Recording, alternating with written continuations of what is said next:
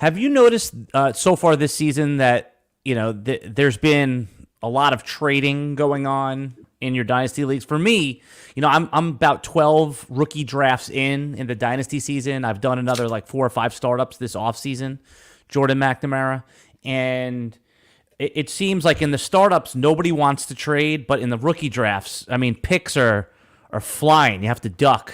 Are you having the same experience in your leagues, or is it a little different in FFPC? I'm having a lot of trading in my rookie drafts. I would say this year, in particular, if I measured on a per picks made, how many trades that I made, it's probably the highest ratio, like by far. That's a bit of a concerted effort for me, but I have noticed sort of, outside of me, right, deals that I didn't make, right, in my rookie drafts. I do think they're up in terms of volume as well. So like, I think that's, when there's more trading, when there's more decisions, that's a great opportunity to really run up an edge on your opponent, right? You make a smarter decision, and at the same time, they're making not smart decisions, and you, like, anytime you can force your opponents into making more decisions, I think you're in a better spot. Meaning make them make the pick?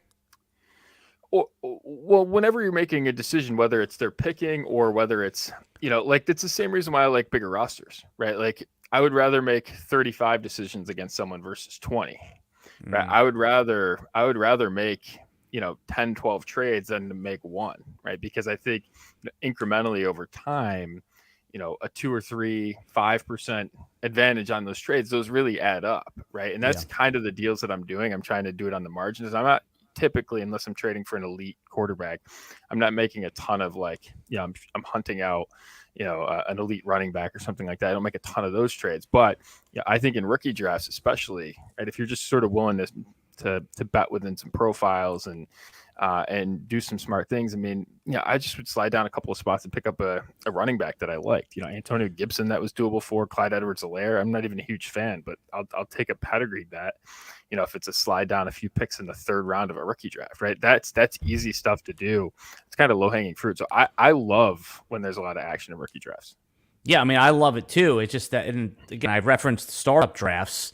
There seems like people are on to everyone now. Like, everyone knows the value of the picks and not to give your 24 first to move up from round 3 to 2, and which is good, by the way. The dynasty community as a whole, and people still make stupid mistakes. And I'm in a startup now where there's some crazy stuff going on. But the other thing you had said was that the larger rosters, I like that too, because you have to make less decisions. Like, I'm not deciding for my flex 2 or flex 3, Mecole Hardman versus Donovan Peoples-Jones. Like, those guys are playing. I don't care if you get zeros. Right. Like just the fact that they can catch a 60-yard touchdown, like, push them in your lineup. So that is, again, what I like about, like, the 4 flexes. And sometimes it gets out of control.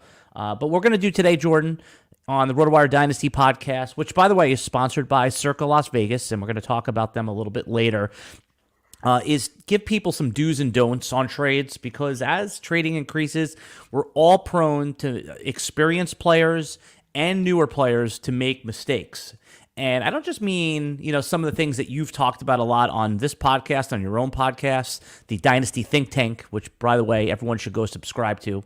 It's a brand new podcast with Jordan McNamara and Chad Parsons. They just started on their own feed, Dynasty Think Tank. Go subscribe to that if you love Dynasty talk. But also just etiquette, because I still see so many just, like, faux pas that just turn people off, and I'm so numb to it at this point, it doesn't bother me. But do you experience the same thing? Like, there's, like, a list of things that you would just never do when approaching a person in, forget real life, just even in a trade room?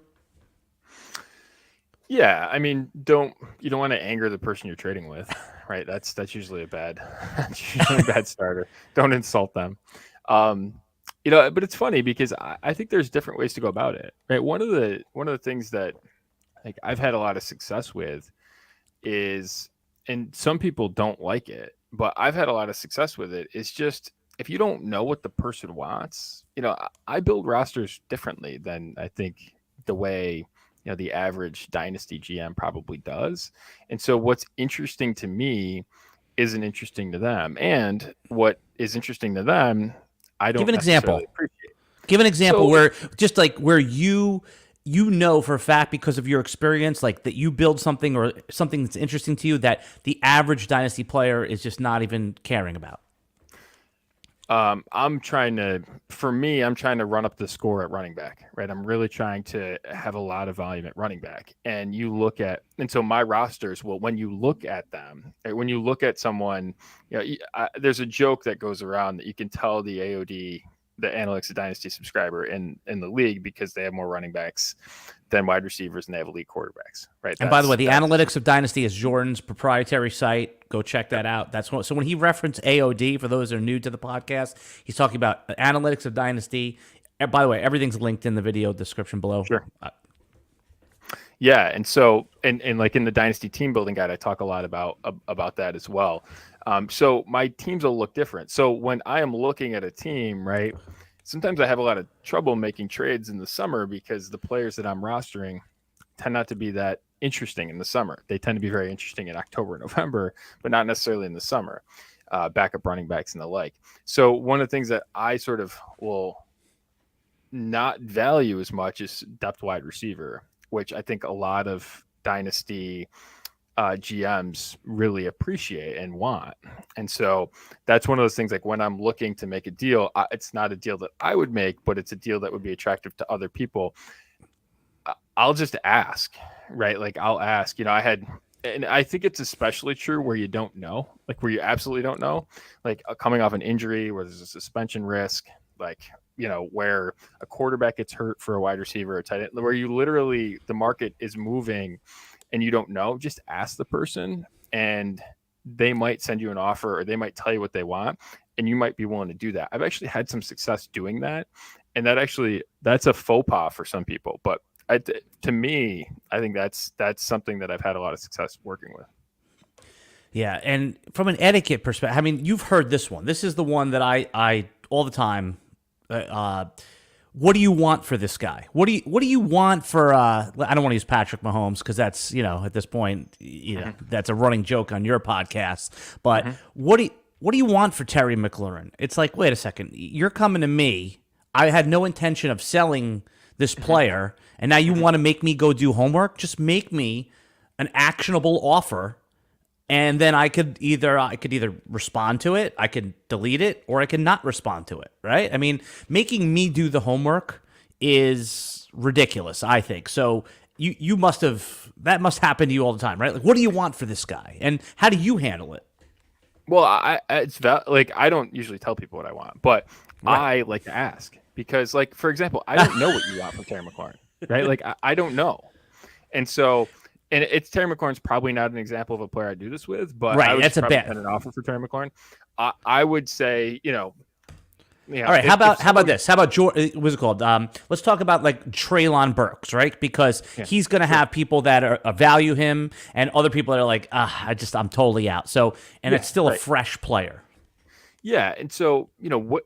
I don't think there's any harm in asking someone what they want. It's if you go to a car dealership, right? Like, if the person's coming in and you're selling them a car and you're going to say like, well, here's this beautiful Lamborghini, and sort of giving them a once over on a Lamborghini. Well, they're like, I have 5 kids and I'm looking for a conversion van, right? Like, I don't know what you want, right? I don't know what you value. So asking, I go back to, in my other life, in my sort of previous doing, my previous full-time job. Now I kind of do this is my job, and I work part-time job, but my previous full-time, I was a prosecutor. And so one of the things that I would do is, right, you would get a case where I would kind of know how I valued it. I would kind of know, it's a strong case, it's a weak case, whatever. And I would just ask the defense attorney, like, what does your client want? Right? What is the defendant looking to get out of this? Right. And it might be absurd, right? They might, well, I want it dismissed. Well, that's not going to, that's probably not going to happen. But hey, listen, I'm looking to avoid going to prison, right? I'm looking to, I'd rather do a jail term than go on probation, right? Like that's not what I would choose, but sometimes people want to do that, right? Like, so I found a lot of success just asking, and then especially when I don't know. Like, I don't really know what I want to do. But hey, if they tell me kind of what's something, and I think that, that's kind of fair, and it gives me an idea of kind of what they're working with, it was always effective for me. So again, maybe I don't just go around, like, I don't do it a ton, but where there's a situation where I don't know the answer, I don't think it's a problem asking. And especially if someone puts on a trade block, or if someone has, if someone sends me an offer that is like, that it's complicated and I can't tell exactly what they're trying to accomplish, right? Maybe there's a couple of players on their side, they're selling, a couple of players on my side. It's like, there's probably a reason that they're making it. Like, there's a reason that they're acting in the way that they are. And, if you just ask them back, like, hey, what are you trying to accomplish? Are you trying to sell Christian Watson, or are you trying to buy, AJ Brown off my team?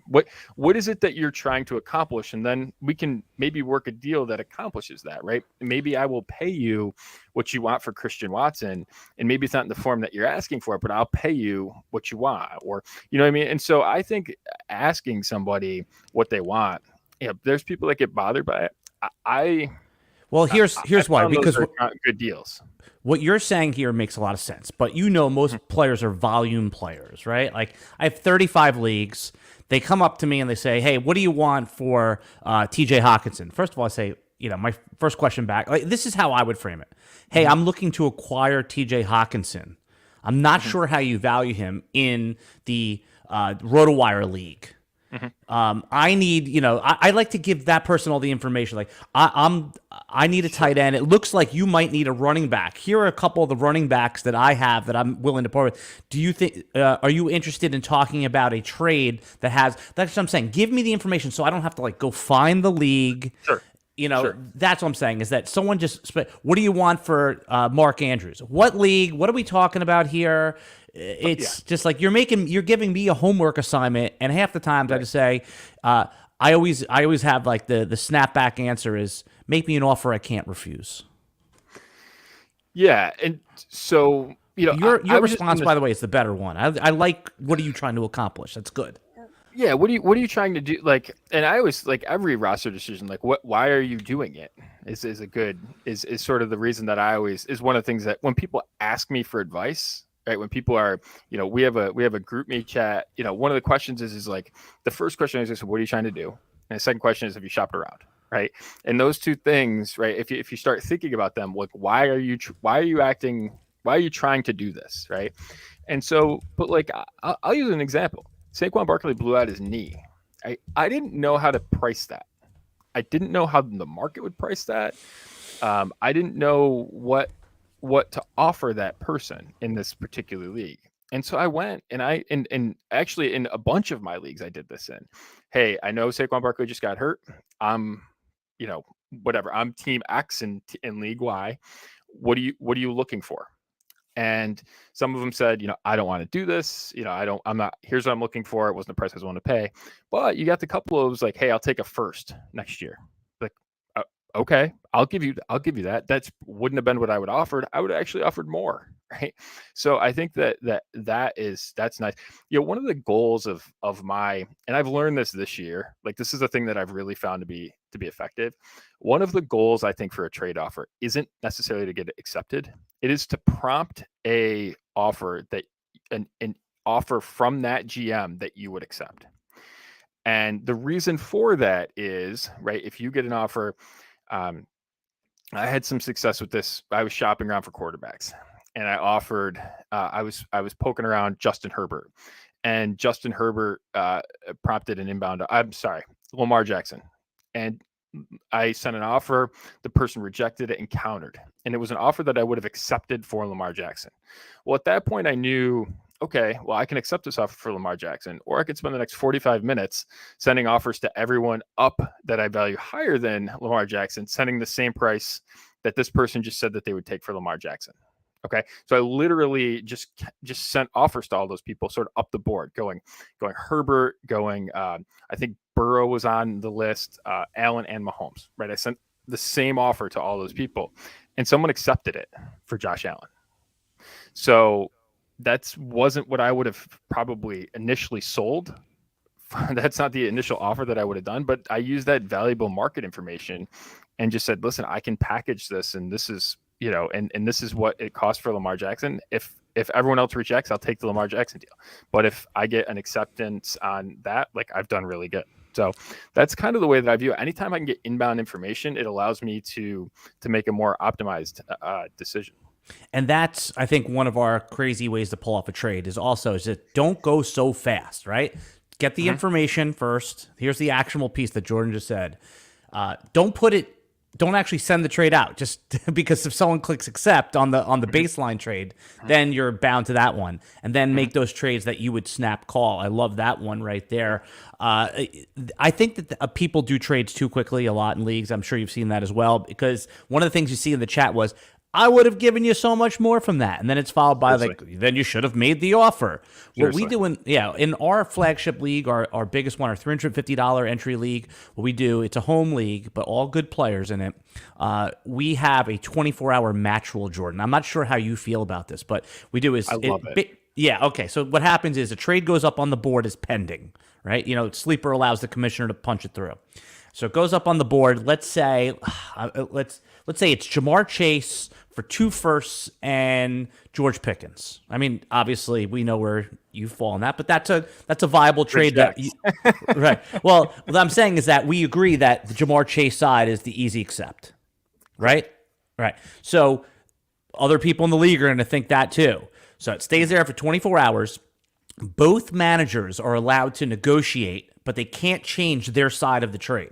The Jamar Chase guy can't add a second or add a third. He can only negotiate with the other owners that he'll get more for Jamar Chase. And the George Pickens and the 2 first side can only use that to say, hey, I'll give you Justin Jefferson or whatever you want, or a quarterback. Sure. So you can't add, and you have 24 hours to counter it. Usually what happens is someone will come in to say with, I'll give you Chris Olave and 2 firsts or something, whatever it is. And then that trade goes down. The original owner gets one chance, like an hour to counter, and then the trade goes on. Basically what this does is it protects studs from being undervalued trades.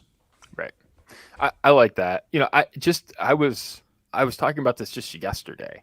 I was sending out offers for Mark Andrews, and I literally sent an offer for Mark Andrews that I thought had a pretty good chance of getting accepted. Like, if you wanted to sort of build out your team a little bit more, it was a premium league. Like, there was several pieces to it, but I thought I was paying 100%, maybe even a little bit more for Mark Andrews. Like, it was a fair market offer. I understood if you didn't accept, but I thought it was a fair offer. Person rejected, didn't counter. And then they took 20 cents on the dollar for Mark Andrews. And I wanted to just take my computer and just throw it when it happened. Because I was like, are you kidding me? Do you remember the specifics? Because that would be helpful. Even if it's not exact, like the kind of specific depth pieces. Like, it was it was the exact same thing we just talked. I mean, that was what I was talking about that was the trade I had in mind. It was some couple of depth wide receivers and like Luke Musgrave was like the anchor tight end in return. Right. It was Jahan Dotson. Yes, I think Dotson was in it. I think it was. And by the way, not only was it for Mark Andrews, it was for Devontae Adams. So I actually offered him a bigger deal for just Mark Andrews, and he took a lesser deal for Mark Andrews and Devontae Adams. And I was just, I had lost my mind. I was like, Are you what? Like, what have you done? Like, now you just threw the entire league out of balance, right? Like, you just changed that person's reality by 1.5 wins over the next year. And you're like, are you I would have paid you more than this. I would have given you a better anchor tight end. I would have given you better picks, and I would have given you, I think it was a better, maybe one player or something like that. But it was more for Mark Andrews than he got from Mark Andrews and Devontae Adams. And if he had countered, I probably would have upped the price. Right. So that's one of the things that you have to, especially when someone puts out there that they're moving a player and then they just reject your deal. Like, what is it that you want for this player? What are you trying to accomplish? And I don't know. Like, the idea of selling Travis Kelce because he's too old is completely foreign to me. Like, that's a notion that I just can't wrap my mind around. Right, but it's a reality of Dynasty. So as long as you understand, there's a lot of things I walk out into the world, I'm like, I can't believe people are doing this, and everyone does it, but I don't do it that way. So Yes, but I don't know how to price it. Right. So right. so it's totally foreign to me, the idea of like, I'm scared of Travis Kelce retiring on my roster. Right. I am not, but other people are. And so if you are trying to make so with that being my mindset, I don't know how to necessarily price what the other person's worried about. Right. I don't know how to give them what they want because I don't know. Right. I'm in a bad position to judge what they want. And one of the things that I always worry about, like, I spend a lot of time doing this. I'm nerdy and maniacal and whatever you want to call about playing dynasty fantasy football. I don't presume to know better than what other people are, right? Like I don't pretend to be. I think you get in real, like, you talk about turnoffs, like, being very patriarchal about it. Like, I know better than you. Like, this is what's better for your team. Like, I don't know what you want to do. Right. Like, I know what I want to do, and I'll try and help you accomplish what you want to do if it makes it better for me. Right. But I don't like, I have a hard time with when people say, like, this is better for your team. Like, or when people come in and say you need wide receiver, I'm like, I absolutely do not. Like, I'm totally fine with what my wide receiving core is. And that tends to be a non-starter. So it's that's the next part. Like, that's the next thing on my do nots. Like, when someone tries to tell me it's a perfect lead in. Hey, you need these two handcuffs. Like, here you go. Like, you need Kyron Williams because you have Cam Akers. You need this guy. Definitely don't. Like, and again, that's not that I wouldn't make a deal, but it's just, that's a way that, like, again, my rosters look very different, right? They look very different. So you will look at them and, like, if there was a dynasty fantasy football content creator convention, I brought my resume of leagues, I'd get thrown out of it because I don't look like everybody else does. Right. Like, I would be the social outcast. That's okay. Because I build my teams different. I see different things. I try and build up edges in ways that other people don't, which is fine. But all that said, like, my teams tend to look very different. So when people come and say, like, you need wide receiver, like, how can you be depending on Mike Evans as a wide receiver 2 in your league? Like, pretty successfully is usually my response. Like, I feel pretty confident about that, actually. And so, but other people don't see it that way. It's too old. He's inconsistent. He's too old. Like, those are all things that I don't necessarily go about worrying about. So it becomes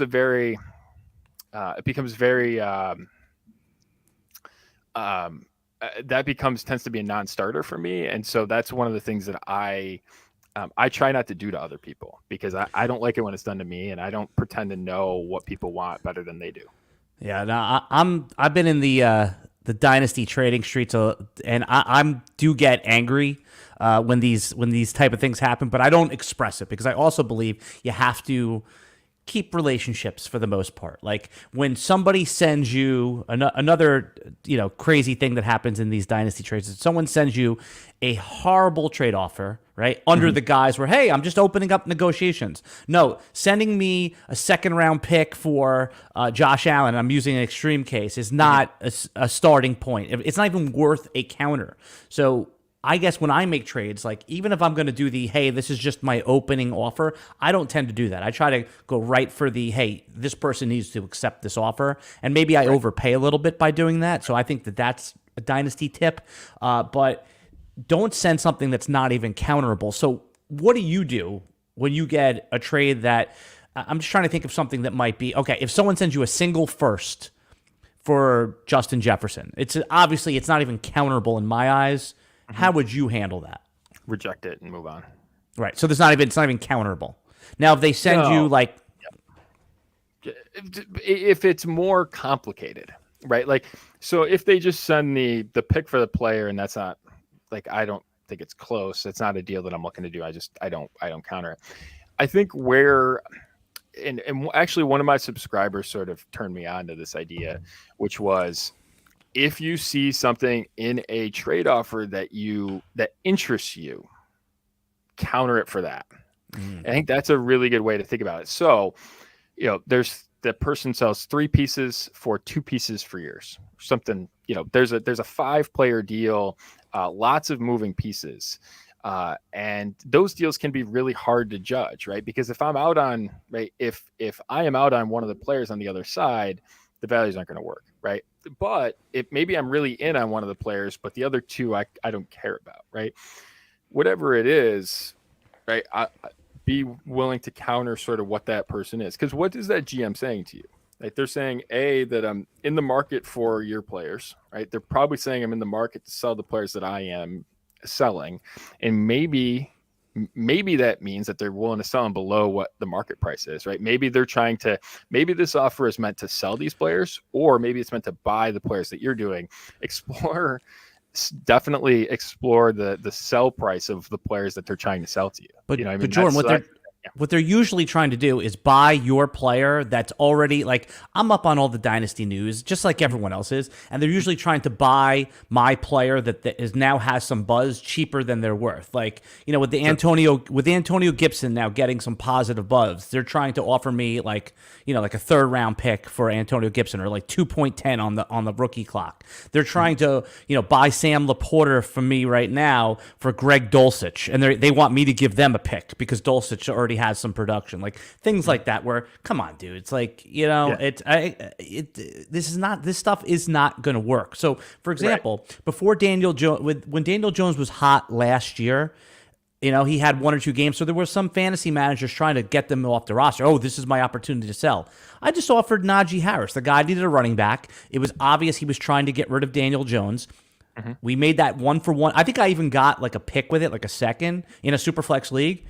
I mean, today I would value Daniel Jones in Superflex higher than Najee, but not everybody still would do that, which kind of brings me. So basically, my point is I'm willing to pay the market price now, because even if that market price seems like an overpay, and I don't believe it will be in 6 months from now. So I think that's how trades get done, and they get done quickly.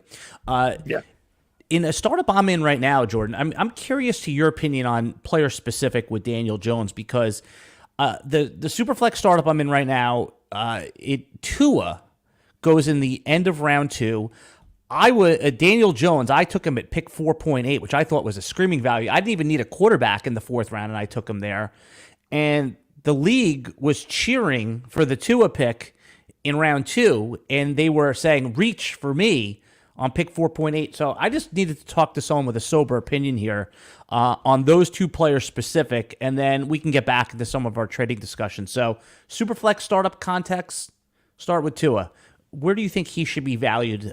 Because obviously on talent and early season production, it was awesome, but he's one hit away from basically retiring. Yeah, that's a concern. For sure.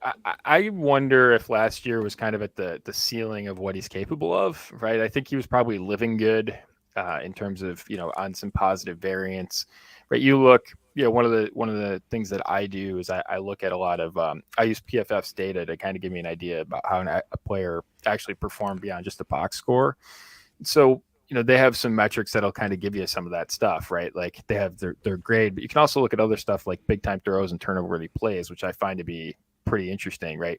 His numbers are pretty neutral, which indicates to me really not a star, right? So I think that system, and we've consistently seen that out of the Shanahan system, right? Which is what Mike McDaniel came from in San Francisco. Now he's the head coach of Miami, right? So we've seen that, like, hey, the person can jack up 8.5 yards, between 8.5 and 9 yards per attempt. I mean, Jimmy Garoppolo is one of the active leaders in career yards per attempt, and has consistently done so while throwing more turnover-worthy plays than big-time throws, right? Which is what Tua did last year. So it doesn't require a ton from you, is kind of the point. So, I think Tua's in a really good situation. I don't know if he's like that great of a quarterback. On the flip side, I don't think Daniel Jones is that great of a quarterback either, right? Like, you look at last year, he had 7 big time throws and 19 turnover-worthy plays, right? So he's essentially just like, it's the system, and he's just kind of not doing much beyond that. That speaks to me. He's not making really hard throws that sort of change the outlook of the offense, right? So I thought they overpaid for him. I wouldn't have re-signed him the way that they did. I would have tagged him and let Barkley test the market before I would have locked in, like, paying Daniel Jones $40 million a year and Jordan Barkley. Yeah. All of that is true. But Sure. let's talk about the realities of dynasty fantasy football. Daniel Jones is locked in for 2 years with that contract. He is starting the next, 2 seasons worth of games. Unless he has a Zach Wilson like meltdown and Tyrod Taylor is the answer for them. I mean, he is locked in, and it's probably 3 years, but it's 2 guaranteed. And what we saw with Brian Dable, this is why I'm valuing Daniel Jones higher than the market. And it's so great to hear you talk about this because everyone thinks Daniel Jones was overpaid. He probably was. But, look what Dable did with Josh Allen, with just as far as improving him. I'm not saying Daniel Jones is going to be that level. He's not. But just look at where he was to where he got him. Let's say bring that down to where Daniel Jones' ceiling is I think it's reasonable to expect Daniel Jones is a ceiling as a top 12 quarterback with some QB5 overall upside there, right? Just because of the rushing and because of, like you said, the system. So just for fantasy football, if startups are going to let him fall to the 4th round, there's no reason to take a second quarterback unless, you do the thing where you trade up for a second elite. And with Tua, it's obvious he's being dragged to his fantasy football success because of the 2 wide receivers that he has. So his value is there. But one more, let's say in week 2 he has a concussion. This is not a 1 or 2 week injury. This is going to be an 8-week injury at minimum. And he already heard in the offseason he was thinking about retiring. So I agree that Tua's fantasy football value is great, but the risk in the second round of startups is just too much for me to stomach. Yeah, I think you're better off trading up, right? I mean, I think you're better off trading up than taking 2. Like, I would rather add to Tua to get an actual solution. Would be what my play would be. But you also look at Daniel Jones. Like, I don't know how much of a solution he is, right? I mean, you look at the active quarterbacks that qualify in terms of yards per attempt. Here are the guys that Daniel Jones is higher than. Ready for this? Sam Darnold, he's actually tied with Sam Darnold at 6.7. Chad Henne at 6.6. Jacoby Brissett at 6.6. And Blaine Gabbert at 6.1. Okay. Color me skeptical that he's going to have a big breakout. Color me skeptical that he's going to have a big breakout. That doesn't mean he can't be fantasy viable, but this is a quarterback who had the last time he threw for more than 15 touchdowns was in 2019. Right, he has not thrown for more than 15 touchdowns in the last 3 years. His career best season this past year was 6.8 yards per attempt with 15 passing touchdowns. 15. That's less than 1 a game. Okay, so I think if you're depending on Tua or Daniel Jones, your quarterback too, you can look at your positions 3 ways, right? Can you win because of them? Can you win with them, or are you going to have to win in spite of them? And I think long term, if Daniel Jones is your quarterback too, you're going to have to win in spite of your quarterback position, super flex. Right? I think that's where he's at. Tua, I think he's got a little bit higher ceiling, but again, all those problems are present, and I get why you'd be skeptical of him in the second round. I am. One of my favorite fantasy football strategies, Jordan, especially with trading, is that look at the players that finished the year strong, where it wasn't just some sort of anomaly, like where you could point to, like, oh, this is what happened. And with Daniel Jones finally catching, and this will be the final point. We can move on to some other trading strategies. But from week 10 to 18, Jordan, and again, all those things that you talked about, those things is why we agree that he is not a great quarterback, but the man scores fantasy points. He's got the legs. From week 10 on, when the money was on the table, this guy was quarterback 5 in fantasy football, Daniel Jones. Quarterback 5, the top, the 5th quarterback. Once things got going and he got integrated into the system, I got to think in year 2 that the upside's there because we've already seen it. It's not theoretical upside. This isn't George Pickens upside, Jordan. This is actual fantasy football things that have actually happened. And the market agrees with you. I'm on an island here. Mm-hmm. I was going to take Daniel Jones in the second round. Then I was like, my friend said, you do not need to do that. And then he was there at 4.8. And I traded up for him to get him because I couldn't take it anymore. He's definitely my flag plant. Not because he's good, because he's going to score you a lot of fantasy points. So to be continued. It's an interesting discussion. Before we do that, Jordan, I want to take a quick break For the YouTube audience, I just want to tell you about an awesome promotion we have going on right now with Circa Las Vegas. Circa Sports, Jordan, is where the RotoWire Vegas trip was. I know you guys went on one with football guys. We're doing ours at Circa Las Vegas. And right now they're running the Ultimate Fantasy Football Draft Contest at Las Vegas, Circa Resort and Casino. And they want to bring your whole league there for the ultimate draft experience. You can bring your whole 12-person league for a 2-night stay at Circa, and you have your draft at a Cabana Stadium swim-up, plus limo transportation to and from the airport, a welcome party at their Legacy Club, a booth at the world's largest sports book, and more. A package over $8,000, Jordan. There's no better way to draft than Circa 21 and up. Go to Circa Las Vegas for more information. So even I can't enter, so I've been telling all my league mates to enter. Every league I'm in 30 Dynasty leagues, 40. Go and enter this contest. Imagine going to Vegas and doing your draft, your rookie draft, do a redraft, whatever it is. That sounds like an amazing experience. So go to Circa Las Vegas. Go to the website. You can get in on that. All right. Right now, I'm just looking at something in the chat real quick. It says, how do you deal with non-responsive managers? So we're talking about trades. I'm here with Jordan Mcnamara of the Dynasty Think Tank. If you are listening to this podcast right now, I am telling you, the Dynasty Think Tank, Jordan's new podcast, is appointment listening. Go to it. I listen to it every week. So go check that out. And also, Jordan, his own proprietary site, Analytics of Dynasty. It is a premium site, but worth the price of admission. Go check that out as well. All right, we have another trade question here. And we're not talking about specific players, non-responsive managers, anything that can be done. That I know they pay their dues, they could do what they want, but how do you deal with people, Jordan, that just leave the trade up there? Is there anything you could do? Take their money.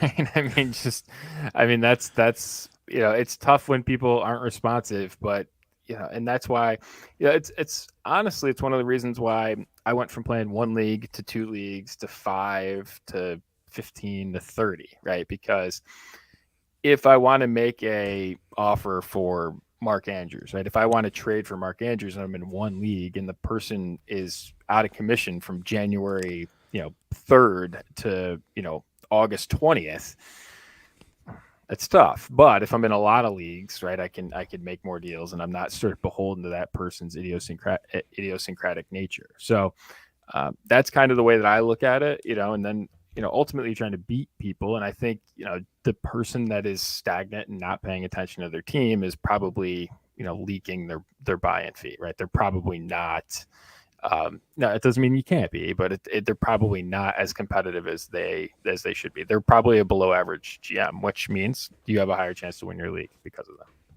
Yeah. I don't think there's anything you could do other than just maybe privately DM them, say, hey, just create like a dialogue going. But if they're totally just, not answering the phone, that's just what it is. And, our guy Frank in the chat asked that, and I always tell him he needs to get more leagues. So your response and confirming that is great. You can't if you're just in 1 dynasty league, 2 dynasty leagues, you have a very different view than if you're doing the whole portfolio method. All right, a couple more things that we're going to talk about here with trading. Okay. What do you think? I get this is more of a general question that someone had, but it's not just with trading. But what do you think the people that consistently make the playoffs, that consistently are in the final championship game? Obviously, there's a lot of variance in fantasy football, but what are 1 or 2 of the key things that make successful dynasty managers? Proper roster construction, right? Understanding your format, understanding edges in your format. I think that you should listen to people that are consistently, if you're going to take advice, right, make sure the person's good at the advice they're giving. I jokingly say that we need a dynasty accountability project, like a dynasty spotlight project, because I think a lot of people, one of the things that I see people do, will give advice that'll say, well, you need to rebuild, or you need to do things that I think are heading away from winning a championship. And you're giving that advice, right? That's some free advice is worth how much you pay for it a lot of times. But what is that person actually successful? are they successful, right? Is the idea of going out in the wilderness for 3 years to rebuild, right? Is that actually a profitable strategy? And, I have found that it's not, right? Especially in super flex formats. I think it's a bad, it's typical, anytime you're sort of punting competitive. I mean, just look at last year. You look at the teams that got in the playoffs last year. Again, I try and get all of my teams in, right? Until I'm out, let's get them all in, right? Because there's a lot of crazy stuff. You talked about the variance that happens, right? So being available and in the playoffs last year meant a couple of things. It meant number 1 seeds that had Jalen Hurts didn't have him, okay? It meant that teams that were dependent on Jonathan Taylor did not have him. It meant that teams that were dependent on Derrick Henry had him sit in a championship week. And it means that teams that struggled through the year had George Kittle and Mike Evans slaughtered people in the playoffs. Just crushed people. You could have had both of those guys on one team. 100%. I remember and you had a 6 seed and just fell into the playoffs and won. Right. I haven't done that yet because I have to get past sort of the rookie draft stuff, but I have to go back and study because I am convinced that the last year's championship had like the lowest seeding because of guys like that, right? And never forget, like, there's a chance in a 1 week sample, because that's really what the playoffs is, right? And I don't, people say, oh, I'm a huge underdog. In a 1 week, you're really not. Yeah, I think in a 1 week, it's a lot closer to 60, 40, 55, 50, 55. I was going to say 55, 45. And again, if it's huge, it's 60, 40. And you don't realize how much that 60, 40 is. If the casino had a 60% edge over you at any table game, you would never play. I mean, it was just, you would never play. The fact that a casino has like a 51.2 edge over you, and you're losing.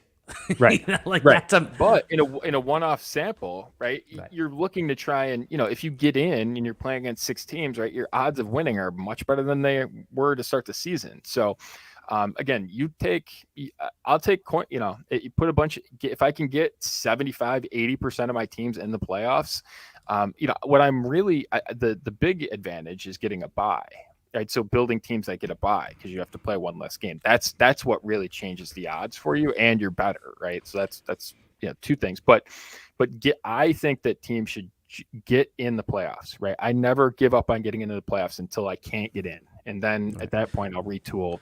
Right. But I think people kick it too far down the line of not contending, right? Like right now, in a startup, all of my teams are in.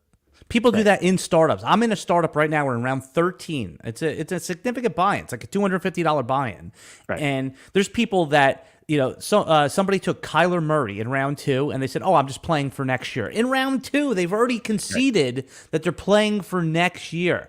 I don't get that. And a $250 buy-in, that you've said this before, and I think I may have exaggerated what you said, but in any given year, you're basically not playing against 11 other people. You're playing against 8 at most, and probably 7 by week 4. Right. Yeah, it's true. I mean, I think that there's, and you do that, you poll on this, right? Like you do some Twitter, like I love the Twitter poll because it gives me an idea of, again, things that I wouldn't do or that I wouldn't believe. Well, tell me how much of the people that I'm playing against do believe that. And a lot of times it's like a third of teams will take the kind of non-contending answer to the question, right? It's in a bunch of different forms, but generally when it's like, contend or, kick picks way down the line or not, it's whether it's a contend or not contend sort of philosophical question, right? The answers are you answer based on how your philosophy on that is. It's about a third of people will say not contend. So in an 8-team league, a third of people is 4 of them. And so you're really playing in a 12-team league. You might be competing with 8 or 9, 7 or 8 other people to get into the playoffs, right? If you're 1 of 12, I mean, already, right? Your odds of winning a league just sort of randomly in a 12-team league every year is 8.3%, right? If you're only playing against 8 people, that jumps to 12.5, right? So that's already almost a 50% improvement of your odds just by being in it, right? Just by willingness to contend. And again, I think that's profitable over the long term. Yeah. We're just going to take a quick break right now. YouTube audience, stay with us. For the audio audience, I'm going to be right back right after this. And we're back. Quick reset here. I'm Alan Seslowsky of RotoWire.com. You can follow me at Alan Seslowsky. I'm here with Jordan McNamara, new favorite of the Dynasty Fantasy Football Podcast on RotoWire, who keeps being generous with his time and coming back. You follow him at Mcnamara Dynasty. Jordan has a new pod. He's not here for his health. He loves talking to everybody, but he's here to promote his new podcast, Dynasty Think Tank. You should go look that up right now and subscribe to it as I do.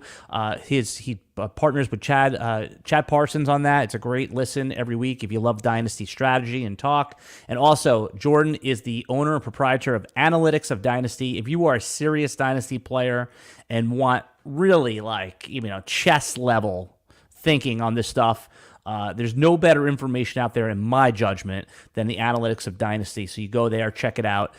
Jordan has his own Discord and his own book and everything. So I highly recommend you go check out Analytics of Dynasty. Jordan, we're talking about few tricks of trades. Oh, by the way, everyone, you can get a free sample of RotoWire right now. We're giving away 2 days for free. I should tell people that as well. Just go to rotowire.com/pod. POD, put in your email and the paywall unlocks for 2 days. There's nothing to cancel, no credit card to put in. It's just 2 days you go to peek around. Jordan, we were talking about trading. And by the way, if you've gotten a good tip from this video, and you consider hitting that like button for us, if you thought that you've gotten a good tip. I thought Jordan's had a bunch of good tips, these crazy tips to help with trading. And as we finish up here, Jordan, you mentioned Christian Watson earlier, and I've seen him valued different. That's why I love Dynasty Fantasy Football, Jordan, is we look at the same players and we value them completely different. Whereas in redraft and ADP forms, right? I mean, everyone's going to value Cooper Kupp as a first round pick in redraft. But in Dynasty, some people are still going to have him as a top 10 wide receiver, top 5, and other people are going to have him around wide receiver 17. So I want to talk about Christian Watson because to me, I'm not, and I saw you put up a poll about him, and I'm not certain why we're not giving him the Christian Watson, the Chris Olave and Garrett Wilson treatment. He broke out just as much as they did. He was wide receiver 9 over the final 10 weeks, Jordan, of the season. When he was inserted into the starting lineup, Christian Watson, he was the wide receiver 9. And so why is he getting you go over here in round 5 and 6, and these other guys are round 1 startup picks? I think a couple of things. Number one, draft pedigree. They went in Olave, Wilson, and London went in the first round. Didn't he go in the first pick of the second round? Yep. There is a difference. There's a difference. Okay. So that's one thing. I would sort of say to that, I think that Christian Watson went as high as he could. I think it was the second pick. I think it was like 34, 35, something like that. It was the T. Higgins spot. I think he went as high as he possibly could go, because I don't think, if you look at the history of NFL teams drafting non-power 5 wide receivers, there's been like 3 of them this century. Like, it just does not happen. So he came from North Dakota State. That's just not something that is going to happen that often. So I think he basically went, and again, if you redrafted him, I think he would have been the top wide receiver in this draft class, given what you knew about him. So to date. So I think that's one thing. Number 2, I think the sample size is smaller, right? He didn't run as many routes as a bunch of these other guys. He ran 270 routes. Again, very productive. The second most yards per route run of the rookie class last year, behind only Chris Olave, was actually Christian Watson. But again, Olave did it on 430 routes, 419 for Drake London, 270 for Watson. So there is a smaller sample size there. I think that's true. I think there's some skepticism about Jordan Love, which again, I kind of go back to I think Amon-Ra St. Brown is something that we probably should learn from. When wide receivers do elite things, believe them. Like, this is the old adage of when your parents would tell you, when someone tells you who they are, believe them, right? Usually it's in a bad context, but when wide receivers do elite things, actual elite things, believe them, because I think that they tend to perform.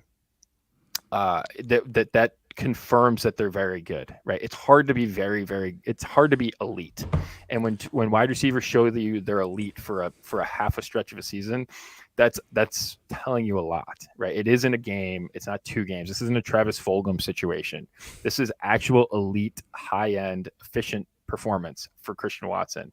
And he's a freak athlete, by the way, right? So you have all of those things. Again, I think but if you go back and look at it, he did that in an Aaron Rodgers offense that wasn't like Aaron Rodgers was that great last year. Yeah, I mean, you could like this. I don't necessarily think this is what's going to happen, but if he had a Matt Ryan type performance with the Jets and fell completely off, it wouldn't have been out of nowhere, right? Like that's kind of how it begins to look.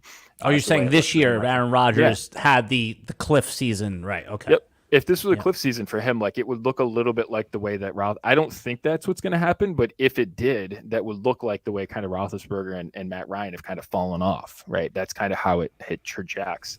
And so you put Jordan Love in there again. Is he Aaron Rodgers? I don't think he is, but is he awful? I mean, Amon-Ra St. Brown's been an elite player with Jared Goff as a quarterback. Now, again, I'm a Jared Goff fan, but I don't think he's a top 10 quarterback in the league. I mean, I'm a fan of his, but he's not elite, right? And so if you have competent quarterback play and you're an elite wide receiver, you can absolutely do elite things. That I view Christian Watson, and you're not penalized if you're wrong because you're paying, wide receiver 20 prices, right? Like the guys that are going from 20 to 35, like there's some real dubious profiles in that range. Like take the guy that's actually shown you elite performance. I think there's a chance that he's a top 5 wide receiver this time next year in Dynasty. I think that's how good Christian Watson is.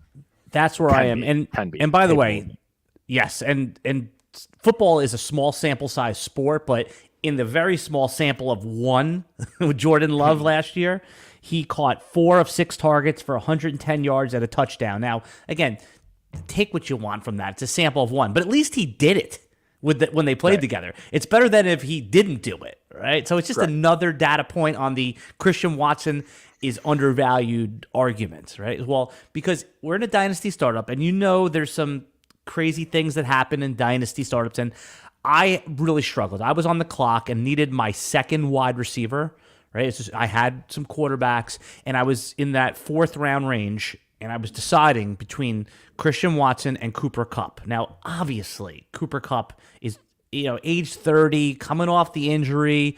I took Christian Watson. I don't think they're that far off in the dynasty rankings, and I expect to get outproduced for the next 2 years. But given that I was looking for an upside punch, and I believe this league has staying power, I got some cross-eyed looks in that one. Again, people must think I'm a donkey in that league, but I'm good with the pick. I'm not comfortable with the pick because obviously I'm passing on Cooper Kupp. But do you see the case there? Is Christian? I'll ask you straight up. Would you have made that pick in the 4th round of a Superflex league, or would you have just taken Cooper Kupp? Well, I think it's the right question, right? So, like, what I think is interesting is like you go to some rankings, like Keep Trade Cuts, a place I go and look at, and like Cooper Kupp's ahead of Watson. But I think that it's you take one of those 2 bets. What I don't think you take in that range is you don't take Pittman, you don't take Judy, you don't take DJ Moore, right? You take the guy that has either elite ceiling into the future like Christian Watson does, or that has elite profile right now, elite production profile right now like Cooper Kupp does. You do not take the insulated wide receiver 2 guy. I think that's the wrong bet. You don't take the Michael Pittmans. You don't take that, right? So you either go one or the other, right? So my advice to you would be go either in on the productive guy now or go on the guy that you think has the elite ceiling. Do one of the 2. Whichever one you choose is fine by me. What I wouldn't do is play safe in that range because I don't think a guy like Pittman's really all that safe. Yeah. Okay. So it's not it's totally defensible, right? I probably would have taken Kupp, but I don't have a problem with taking Christian Watson in that spot. And again, and there's arguments on both sides. My concern is in a serious buy-in league that that I believe the league has staying power is what happens if Sean McVay retires or leaves the team next year. Because look at what Cooper Kupp was before McVay got there. He was good, but he was like wide receiver 14, 17. He wasn't wide receiver 1, wasn't wide receiver 2. So again, it doesn't matter. You always say a year of elite production is worth more than 3 of just hoping it'll get there. So right. But making that bet, you think if I'm going to gamble, I at least made a bet worth taking with that one. Yes. Yeah. I wouldn't take that sort of mid-career, like those Pittman DJ Moore profiles, the DJ Moore, they don't have elite ceiling. And what you're investing in is basically kind of stability which is very replaceable at the receiver position if you're willing to sort of look at your roster differently. So I would lean into either extreme. I want to sort of get the biggest punch I can get right now, or the biggest. Again, I don't even think that, like, I think taking Jordan Addison over Christian Watson is like, I think that's a complete mistake. Because Flowers, all those guys, Quentin Johnson, no way. Take the guy that has proven that he can play in the NFL, right? And like that's very valuable. And when you look at elite production, 200 plus routes in a rookie season gives you a real indication of how good a player is going to be. Right. Okay. So if you just look at his yards per route run, like Christian Watson has every indicator that he is capable of an elite high end. Again, if he was of the guys in the range, I think he's the most likely one to be in the top 5 of dynasty wide receivers next year. Right. Like, you outlined the reasons why that he's separated from Olave and Wilson, but what I'm saying is, just from observational standpoint, like this time next year, it wouldn't shock you at all if we're talking about those guys as a tier. Correct. Yeah. Okay. Yeah. I wouldn't, in London belongs in there as well. Like, I think all of those guys, like, I actually think Garrett Wilson's probably probably the highest priced right now. He didn't have that elite stuff. He was very good, but he was very good on like really high volume, which none of those other guys were. So his counting numbers look a lot better than the other guys did, but it was just because he ran a lot of routes and they threw the ball a lot. And right? The quarterback situation was so bad that even a C- at quarterback, a Derek Carr would have been great. Now people perceive Aaron Rodgers as a B+ upgrade or more. So they're just adding, hey, it's like in MMA. When this guy beats this guy, and this guy beat this guy already, so this guy must be able to beat this guy. Like, that's the math, the counting math that people do. Totally. By the way, isn't it like, I think it's interesting that people are just sort of are super convinced that Garrett Wilson's going to benefit from Aaron Rodgers. I'm glad you said that, because I think that the more of my guys that come in, Aaron Rodgers guys, that's another target going. Now, Garrett Wilson's going to be fine, man. He's going to be fine, but he may not be 160 targets. He might be 135. Yeah, right. And that's right. And like, do you trust Aaron Rodgers to do anything? Like, do you trust being able to predict what Aaron Rodgers is going to do? Because if you are, like, I would love your level of confidence, because I am not. Like, outside of throwing to Devontae Adams, like, on 35% of his routes, like, I don't trust him to he's finicky, man. Like, I don't trust him to love Garrett Wilson right away, even if that's the rational, reasonable thing that you would think he would do. I don't trust that. So I don't know. I mean, and by the way, all of those guys produced really well with quarterbacks that weren't very good, right? Like, it wasn't like Olave was with prime Drew Brees, or Drake London was with prime Matt Ryan. Like, none of those quarterbacks were good. So, so I mean, I don't know. I think it's interesting. Like, I think a lot of those guys have ceiling, and I might be the lowest. I think in terms of price, Wilson would be the last bet that I would make. One more piece of promotion, guys, is that Jordan's going to be with me on SiriusXM during Memorial Day weekend. We'll push out the schedule, but we're going to be talking Dynasty on the Dynasty Hour, which is SiriusXM show. It'll be on the on-demand as well. So if you have SiriusXM, you could search the Dynasty Hour. There's already a couple episodes up there. If you love some Dynasty talk, we put up some episodes over the course of the outseason. We're going to be doing some new episodes this weekend. So if you're riding around in your car and you have SiriusXM Channel 87, the Fantasy Sports Channel, listen, Jordan and I will be on there. We'll post times. Jordan, appreciate it, man. Everyone knows to go follow you. I've already seen some people subscribing over Dynasty Think Tank and checking out the analytics of Dynasty. You could follow me at Alan Seslowsky. Jordan's at Mcnamara Dynasty. All right, everybody, we'll see you next week. And also, in the comments, post some of the trade tactics that you think are good and bad. This way, everyone watching the video on replay can know the do's and don'ts. We hope this is helpful. We'll see you next week.